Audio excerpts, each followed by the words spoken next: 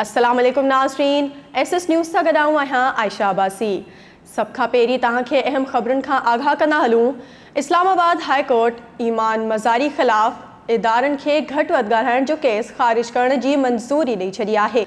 ॿुधणी दौरान ईमान मज़ारी वकील सूदो अदालत में पेश थी। Chief justice Athar Minallah remarks ॾींदे चयो त ईमान मज़ारी ऑफिसर ऑफ कोर्ट आहे, खेसि अहिड़ा लफ़्ज़ न ॻाल्हाइण घुरिजनि हा।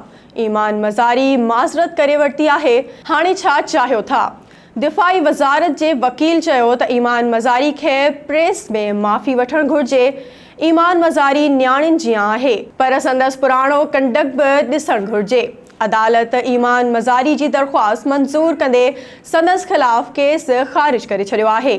वाज़े रहे त ईमान मज़ारी पंहिंजी अमड़ शीरीन मज़ारी जी गिरफ़्तारी बाबति इदारनि ख़िलाफ़ ॻाल्हायो हो।